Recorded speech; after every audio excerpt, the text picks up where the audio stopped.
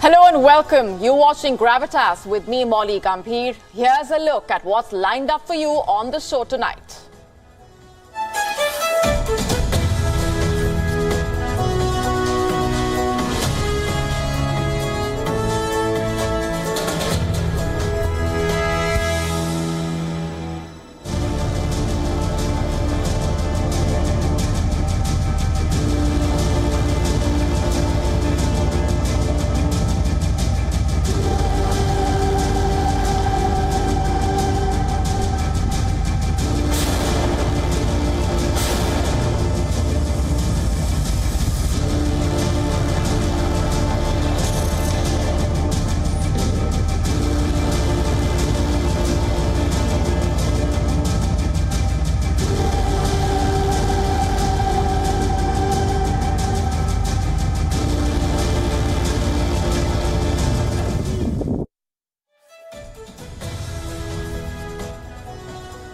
Any kind of a leak is a big deal, and it is a bigger deal when it involves something supremely confidential documents, and an even bigger deal when it is a wartime leak.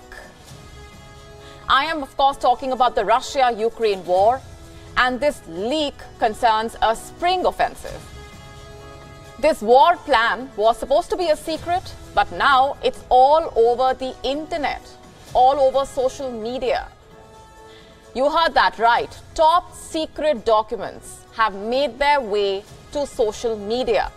The NATO's top secret plan has now been leaked. Russia knows all about the next big move. Ukraine's spring offensive is no longer under the wraps. Who leaked the plan? How did it manage to make its way to social media? How did the confidential documents get leaked? That's our top focus tonight.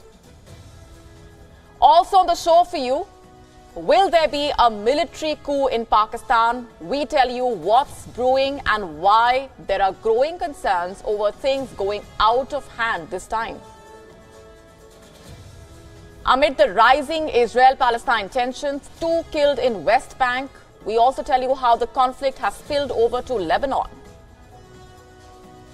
An Indonesian shaman has been accused of killing 12 people. What's his story? Why did he kill his clients? A probe into Airbnb customer experiences has unearthed horror stories. We get you a detailed report.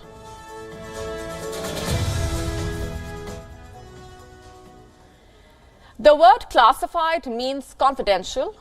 It means secret. It means something that needs to be tightly guarded. And if we are talking about wartime, then any leak of secret plans is treason. But the Ukraine war is proving to be an exception in all sorts of ways. And case in point being the NATO's war plans. There's breaking news. They have been leaked. The plan mentions a secret spring offensive by Ukraine against the Russians. This great secret plan is no longer a secret. It's out. In fact, it's everywhere on social media, on Telegram, on Twitter. Some of you may have even received it as a WhatsApp forward message. Can you believe that? You know, pages after pages detailing how Ukraine has planned to win back the lost cities and how the NATO would be assisting Kiev. And now Russia knows it all. Moscow must be laughing all the way to the battlefield. After all, it knows Ukraine's biggest secret. But the question is, who exactly goofed up and how?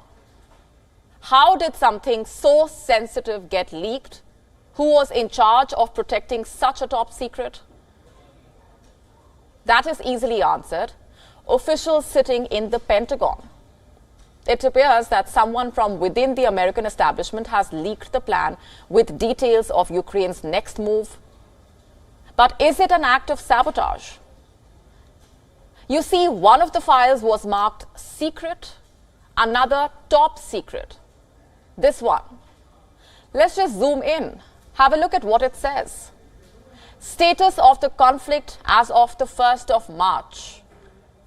On the right of the paper, as you can see, you have details of combat effective battalions, the eastern grouping of troops, the central grouping of troops, so on and so forth. You also have other political or supply related information.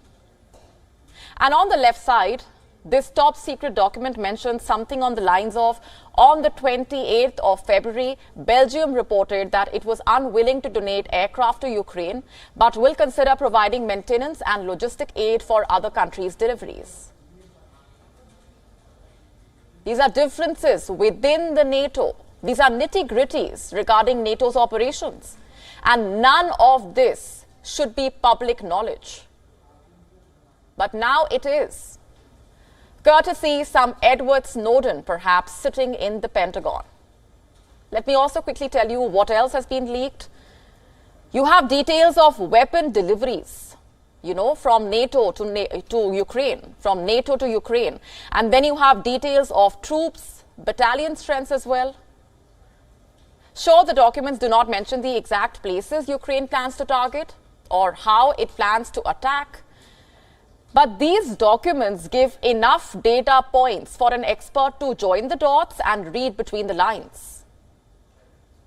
One of the documents, for example, summarizes training schedules of the Ukrainian army. You heard that right. So if Russia tomorrow wants to stage an ambush, it knows exactly where to find the Ukrainian troops. Do you realize the extent of damage that this leak actually has done? Some documents, for example, offer clues about military formation. So tomorrow, if Ukraine still decides to go ahead with this plan, they will find the Russian army waiting to welcome them at the battlefield. You see, the spring offensive was supposed to be as early as next month. And now Ukraine and the NATO need to go back to the drawing board and start from scratch. So to call the leak disastrous will be an understatement, of course. It's bizarre to say the least. It's so bizarre that it has led to speculation about the motives. Was this all on purpose? But then again, why would America reveal its own plan? But is there a secret mole sitting within the Pentagon, America's war headquarters, who wanted to scupper this military offensive and thereby help Moscow? Or is this a more calculated move from within the deep American state, which has concluded that Ukraine is burning weapons at an irreplaceable pace? And the US may no longer be able to supply weapons in time. Is there a section of the establishment which is not fully supportive of Ukraine? In the absence of hard answers, such speculation is only inevitable. And here's what's not speculation. As I speak, the Pentagon is scrambling to plug the gaps, to avoid further leaks. It is trying to delete images from social media, as if anyone could ever do that successfully. I think the officials have forgotten something called the download feature, that 21st century technology has blessed people with. And it goes without saying Russia is having the last laugh. Russia, after all, is making the most of this leak, both in terms of gathering intel/information, also bolstering its information warfare. Have a look at what the New York Times is reporting. Military analysts said the documents appear to have been modified in certain parts from their original format, overstating American estimates of Ukrainian war dead and understating the estimates of the Russian troops killed. Like I said, Russia is having a field day. And the Wall Street Journal saying Russian propaganda channels photoshopped at least one of the documents. There is one fact which is indisputable. This leak at the cost of Ukraine will go down in history and also attract ridicule for ages. Not just ridicule, it will generate books, for nothing attracts the readers more than conspiracy theories. Welcome to the next deluge of conspiracy theories. And staying on with Ukraine, how many of you have heard or read about the Antonov AN-225 Mriya? It is, or rather was, the world's biggest and heaviest plane. The plane was built in the year 1988, and ever since it has gained a cult status in the world of aviation. Mriya captured the imagination of aviation enthusiasts across the world. It was Ukraine's soft power after all, and its symbol of pride. But when the war broke out, the plane found itself being trapped in a hangar in Ukraine's Hostomel airport. It was caught in a crossfire between the Russian and the Ukrainian forces, and the jumbo jet was destroyed. Ukraine is planning to rebuild it. Not just that, it is also punishing those responsible for its destruction. Our next report telling you more. Mriya means dream, and the Antonov AN-225 Mriya was nothing short of a dream. This jumbo jet turned heads every time it took off and landed, and it's not hard to understand why. This is how spectacular the AN-225 was. Mriya's wingspan was the size of a football field. Most aircraft have 2 engines. Mriya had 6 turbofan engines. The plane could carry cargo weighing up to 250,000 kilos.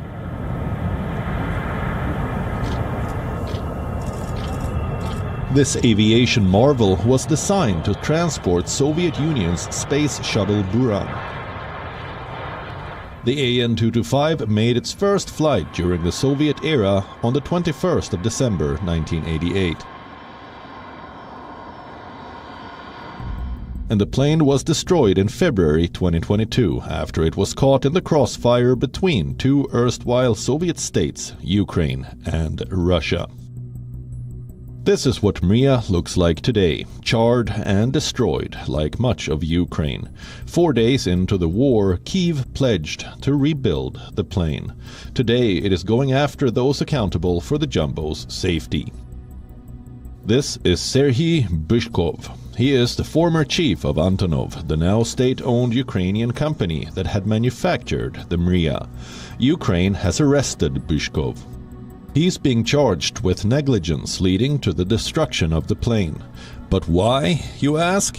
Ukraine alleges that Byshkov failed to approve an order that would have flown the Mriya to Leipzig, Germany, in the lead-up to the battle. He is accused of failing to evacuate the plane. Ukraine's security service also alleges that Byshkov did not have the jumbo jet correctly insured. Insurance or not, Ukraine says it will be rebuilding the jet. But can it really? There's a lot of money involved. Also, there's technology. There was just one AN-225 plane manufactured. While its fuselage and tail unit were assembled at Antonov's facility in Kyiv, its wing center section and outer wing panels were assembled in Tashkent. The plane, like we mentioned, was a Soviet-era marvel. Will Ukraine be able to replicate the dream alone? Also, rebuilding it will need anything between $500 million to $800 million.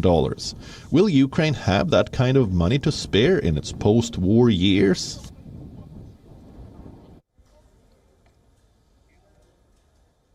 Our next story concerns a question that is buzzing in Islamabad. Will there be a military coup in Pakistan? Will the Pakistan army return to power? And what is the basis for this question, you wonder? Some recent statements by the Pakistan government. The first one is from Shehbaz Sharif himself. the Prime Minister of Pakistan. The second is from Bilawal Bhutto Zardari, the country's foreign minister. In recent days, they have both hinted at getting the army involved to solve the ongoing political mess in the country. Let me break it down for you. I'll start with Shehbaz Sharif. Earlier this week, he rejected the Pakistan Supreme Court's order to hold elections in the Punjab province by the 14th of May.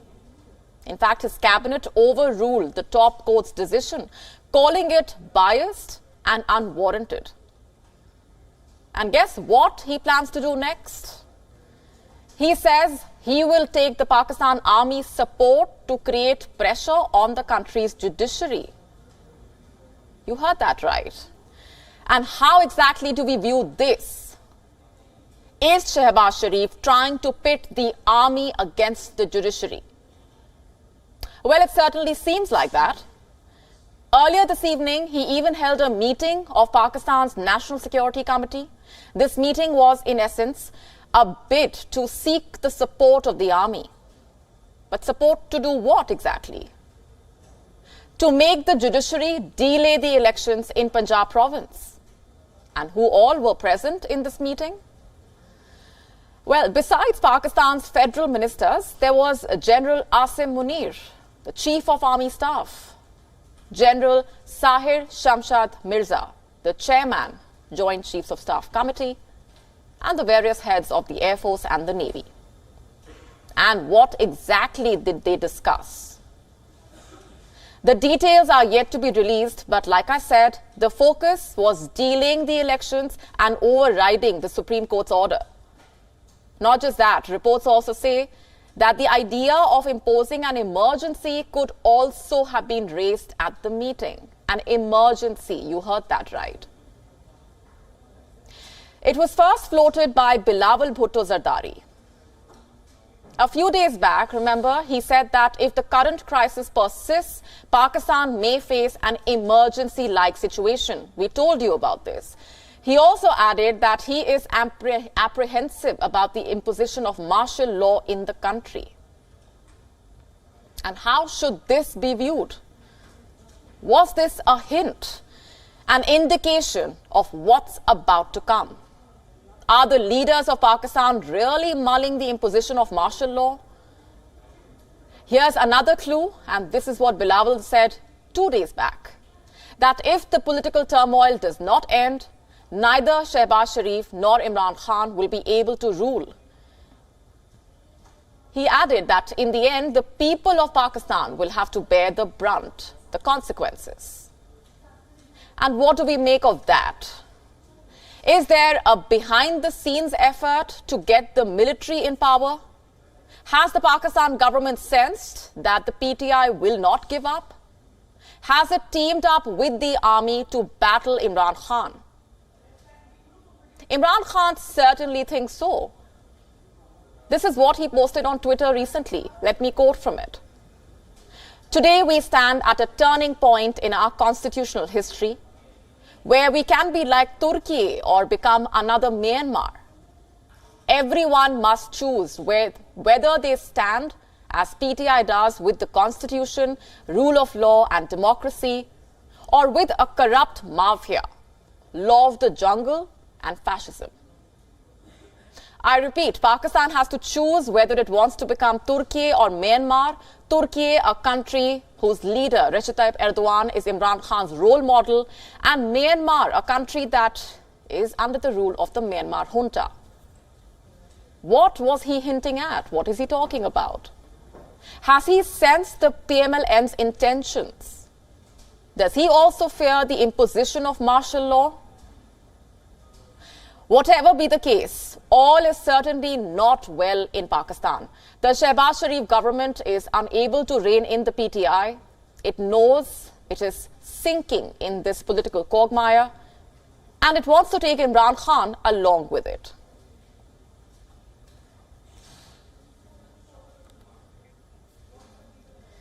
We now have the latest updates coming in from Israel. 2 women have been shot dead in the occupied West Bank. Another one has sustained serious injuries. Israeli soldiers rushed to the scene after reports of a car crash, but upon arrival, they discovered that the women had been shot.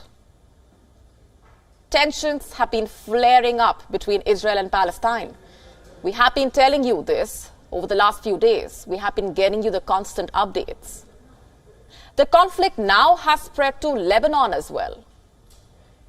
Last night, Lebanon fired 34 rockets at Israel. 25 were intercepted by the air defense systems. And today, Israel has retaliated. Israel's military targeted Hamas camps in southern Lebanon. Residents around the area of Rashidiyeh refugee camp reported hearing 3 loud blasts. It is the second most populated Palestinian camp in Lebanon. Listen in to what the residents had to say. We are sleeping at night and we suddenly heard a sound. We woke up and the roof started to fall on us. My brothers were sleeping here. We ran outside and shrapnel, soil and stones started flying around us. Israeli missiles also rained down in different areas of Gaza. Have a look at these visuals now. Houses and vehicles stood destroyed. Walls and windows were blasted by the powerful explosions. There was dirt, smashed glass windows in people's homes. Israel said its jets hit 10 targets, including tunnels and weapons manufacturing sites of Hamas. But this victim had a different story to tell. If I was in the car, I would have died. Money in the car can be redeemed, but what does the citizen have to do in all of this? What do the children, my 2-year-old sister, my parents and siblings have to do in all of this? This is a residential area. There's nothing here but a home, crops, a building and some agricultural land. What exactly is happening? Is the war expanding? 2 days ago, the conflict flared up between Israel and Palestine, but now Lebanon is also getting involved. The last night attack was the biggest since 2006, when Israel fought a war with the Hezbollah movement. Is the whirlpool effect pulling in the neighborhood as well? Let's not forget how it all started. 2 days ago, Israeli police stormed into Al-Aqsa Mosque in the pre-dawn hours, in the holy month of Ramzan, when those who fast eat the only meal of their day. What triggered this?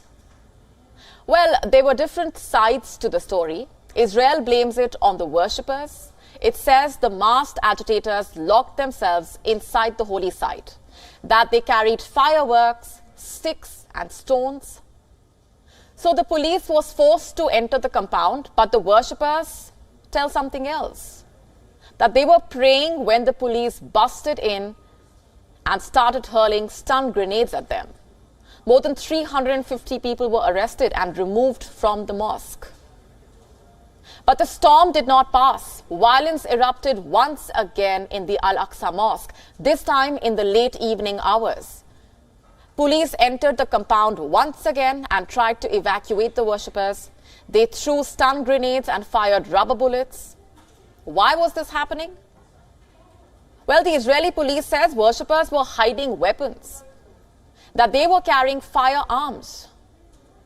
So my question is, where are these weapons? Did the police recover any firearms from the worshippers? No evidence has been found, as per reports. The police got a hold of firecrackers at the most.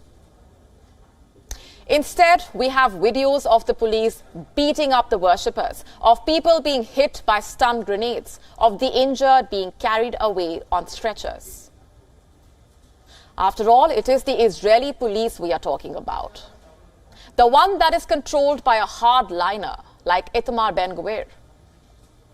But it did not end there. In response to the raid, Hamas fired rockets into Israel from the Gaza Strip. 7 to 9 rockets were fired.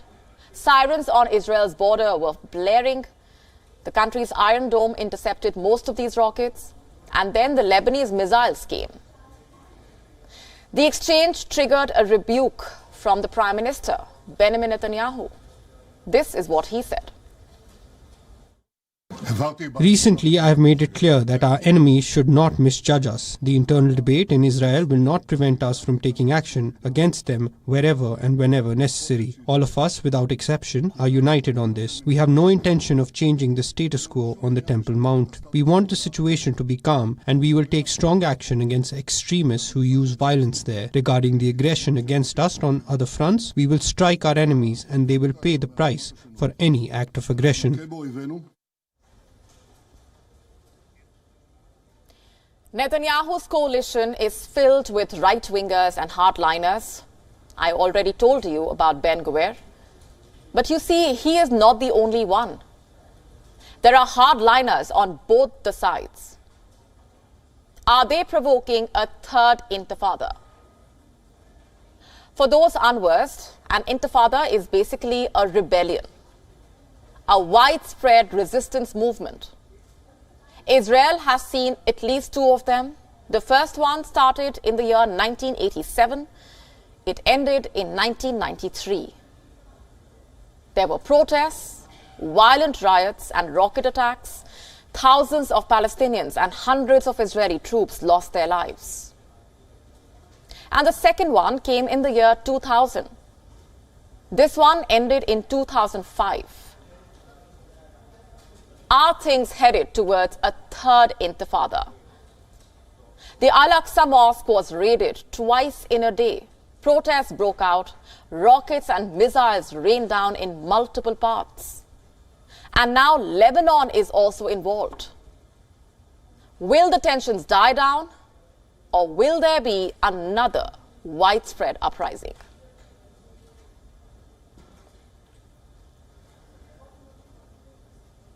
Let's now take you to Indonesia. An arrest has sent shock waves across the country. Whose arrest, you ask? A village shaman. The police have arrested him. He is accused of killing people. You heard that right. Now, while that is hard to digest, wait till you hear more details, the complete story. And this is no ordinary one. The man has been accused of killing not one, not two, not three, but at least 12 people, at least a dozen murders. He is now believed to be one of the most prolific serial killers in the country. What really happened? What are the police saying? Where does the investigation stand as of now? We break it down for you over the next few minutes. Slamet Toheri is a 45-year-old village shaman. He has been charged with the premeditated murder of clients at his home. He has reportedly admitted to the police that victims were buried on his land. But why would he do that? Why did he kill his clients? Well, to put it simply, it was all about the money. According to the police, he promised to multiply money. How? Magically. That's right. He made the clients believe that through the spells that he would be performing, their wealth, their money could be increased. And when that obviously did not happen, the clients naturally wanted him to return their money. But instead of doing that, the shaman poisoned them. The victims were between the ages of 25 and 50 years. Now, just to tell you a little bit more about this man, he was previously jailed in 2019 for counterfeit money crimes. Police believe Tohari had been killing his victims since 2020. In fact, according to them, he lured his victims to his house for a ritual and would then give them drinks that had potassium cyanide and a sedative. Tohari is believed to be quite popular in Banjaranagara. This is a part of the country which has a large number of black magic practitioners. In fact, this is not the first such case. Indonesia's most prolific serial killer is Ahmad Suradji. He was also a shaman. The number of his victims, 42. That's right, he strangled 42 people. This was between the years 1986 and 1997. He was executed in 2008.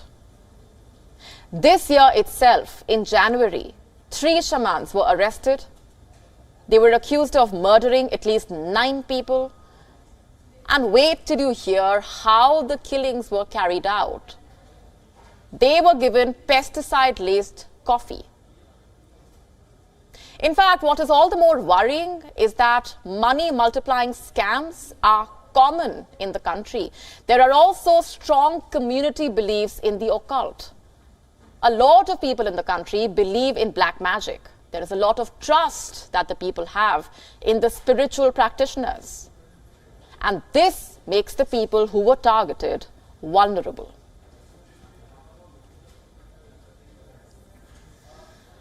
Do you own a Tesla? If yes, is your Tesla spying on you?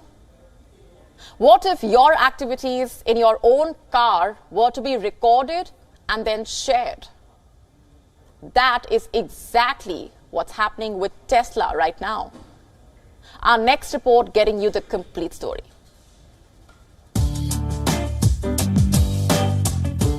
Owning a Tesla is one of the most aspirational purchases for most auto enthusiasts.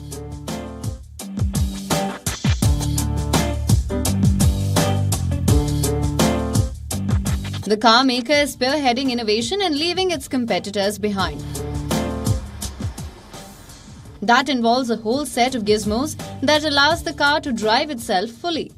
Among them are cameras used to collect the car's surroundings and the cabin. That's exactly what's happening at Tesla.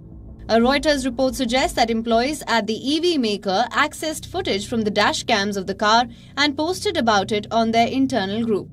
Many of those pictures and videos included intimate moments involving Tesla owners. We could see inside people's garages and their private properties. So let's say that a Tesla customer had something in their garage that was distinctive. People would post those kind of things.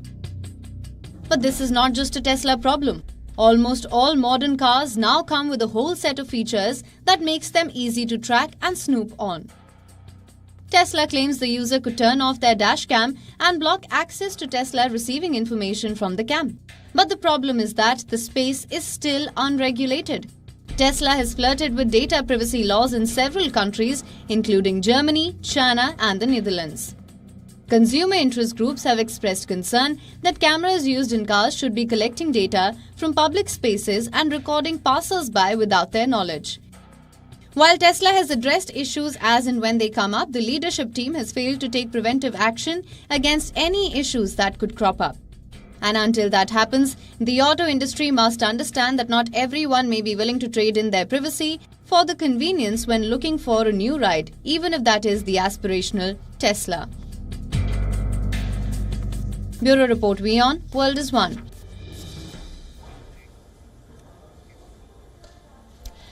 Have you ever planned a vacation? What are the things that you definitely look for while planning your vacation?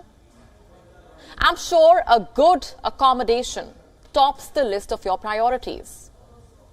But has this thought ever crossed your mind that good accommodation may not necessarily be safe?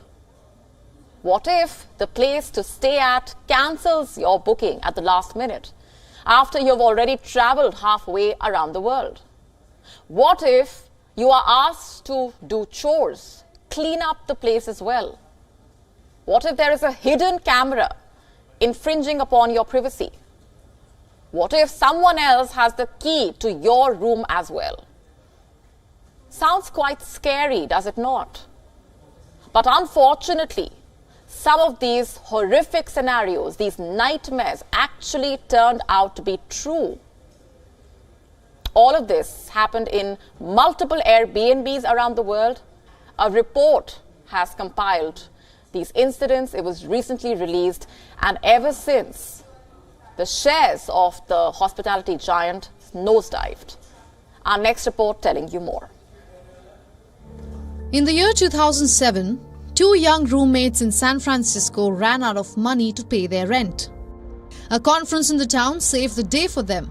All hotels around were booked and attendees were looking for a place to stay. So the two broke roommates arranged for 3 airbed mattresses in their apartment and accommodated 3 guests. Fast forward 15 years, the idea is now a $72 billion company. Airbnb, or Air Bed and Breakfast, is a giant online marketplace. It connects people in need of accommodation with the people who are willing to rent their place. Today, it has a presence across the world. It has served over 1 billion customers, but the company may have run out of its luck. An investigation by the Bear Cave has compiled numerous scandals and horror stories related to the platform. Many guests have shared stories of miserable experiences at some of the poorly managed Airbnbs. The list begins with people having their bookings cancelled by the host at the last minute, and then there are those who had to do chores, clean up the place and water the plants. In numerous cases, guests have discovered cameras in their rooms. In at least one case, the host hid the camera inside an adapter and Wi-Fi router. The camera remained hidden for at least a year and captured at least 2,100 photos and videos of the guests without their consent. There are reports of people making copies of the keys to the B&Bs. In one such case, one of the previous guests came back to the rented space to sexually assault the person currently staying there. And what did Airbnb do? It paid $7 million to the lady and evaded a lawsuit. In some other unfortunate cases, guests have even died from poisoning during their stay. A group of 3 lost their lives in a Mexico City Airbnb late last year. A 19-month-old child was killed in a Florida B&B. This was due to fentanyl poisoning. The parents have sued the company and the host. These stories of horror, topped with growing competition to Airbnb from the market, led the Bear Cave report to conclude that the company's future may not be as good as its past. Airbnb's shares have dropped as much as by 4% after the report came out. Bureau Report, WION, World is One.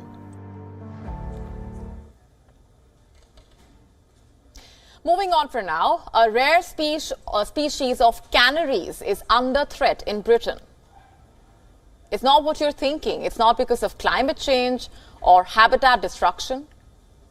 It is because of a new law. The species may become a thing of past, courtesy Brexit. Before you start scratching your head wondering what Brexit's got to do with these birds, let me tell you what this is all about. These canaries are cute, fluffy yellow plumes. They are the smallest among all other canary birds. They were first bred in Scotland in the mid-20th century because of their delicate physical features and their color. These birds are considered very fancy. They are often associated with Easter and are very famous among European bird enthusiasts. But thanks to a new law, the UK might not be able to see these birds as much. And why is that? Well, under this new rule, each bird now needs to be tested and certified before it can travel between the UK and the European Union. You heard that right. And not for 1 or 2, but for 5 diseases. This new rule is harsh on bird breeders and exporters. They are losing sales to Northern Ireland. In fact, hobbyists will find it difficult to participate in bird competitions. You see, the birds need to test negative for infections. And for that, the vets need to carry out a test, a swab test of their throat and vent, which is an uphill task. Experts say if you swab a canary's throat, it's quite likely that you kill it. You may not find any disease after a test, but you might end up losing your bird altogether. Bird keeping is a hobby for Britons who have relatively low incomes. In fact, tens of thousands of hobbyists in the UK preserve important and historic breeding lines of British birds. This includes the Scots Fancy, Yorkshire Fife, London Canary as well. Many of the breeds dating back to the 19th century. In fact, they were exported to fellow bird fanciers in Europe to spread their bloodlines and also to ensure gene pools for all bird lovers across the European Union. And now this new rule threatens this exchange.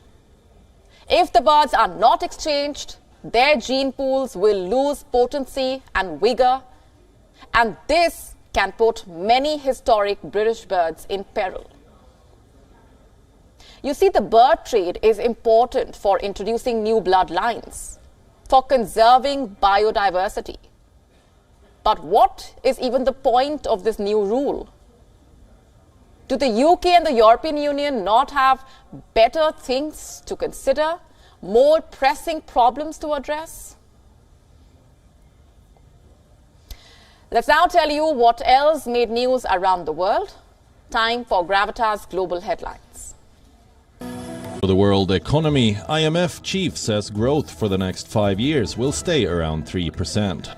We project global growth for the next 5 years to remain around 3%. But the silver lining is India, the country's economy expected to be a bright spot.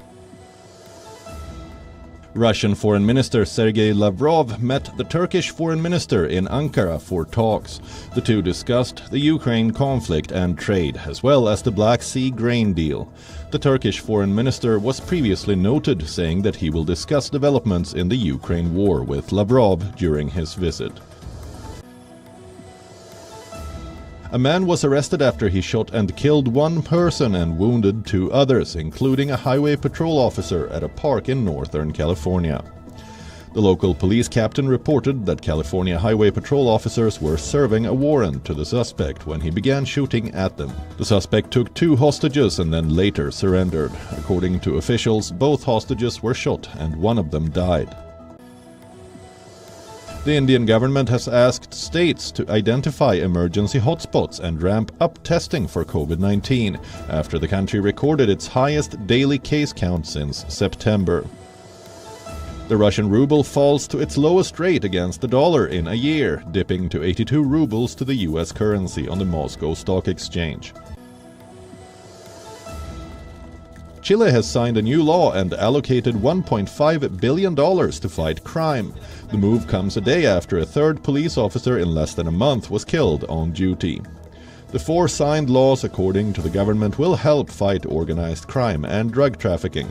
The law, however, has been criticized by human rights groups that say it could increase police abuse and impunity.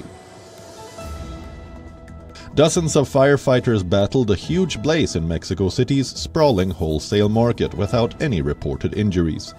The city's fire chief told the media that the immediate concern was a nearby gas station, but some 80 firefighters on the scene were beginning to control some parts of the fire. Google CEO Sundar Pichai has announced that Google will be integrating artificial intelligence into its search engine. England have won the inaugural Women's Finalissima after beating Brazil on penalties in London. The European and South American champions could not be separated during normal time, with the score at 1-1. Chloe Kelly hit the winning penalty at Wembley to extend England's unbeaten run to 30 games. Bangladesh completed a 7-wicket victory over Ireland in the one-off test in Dhaka. The hosts comfortably chased down the 138-run target on day 4. This was Aleem Dar's record-extending 145th and final test as an umpire, and both teams gave him a guard of honor after the match. And with that, it's a wrap on this edition of Gravitas Tonight. We are leaving you with Gravitas images. Have a good weekend. Thanks very much for watching.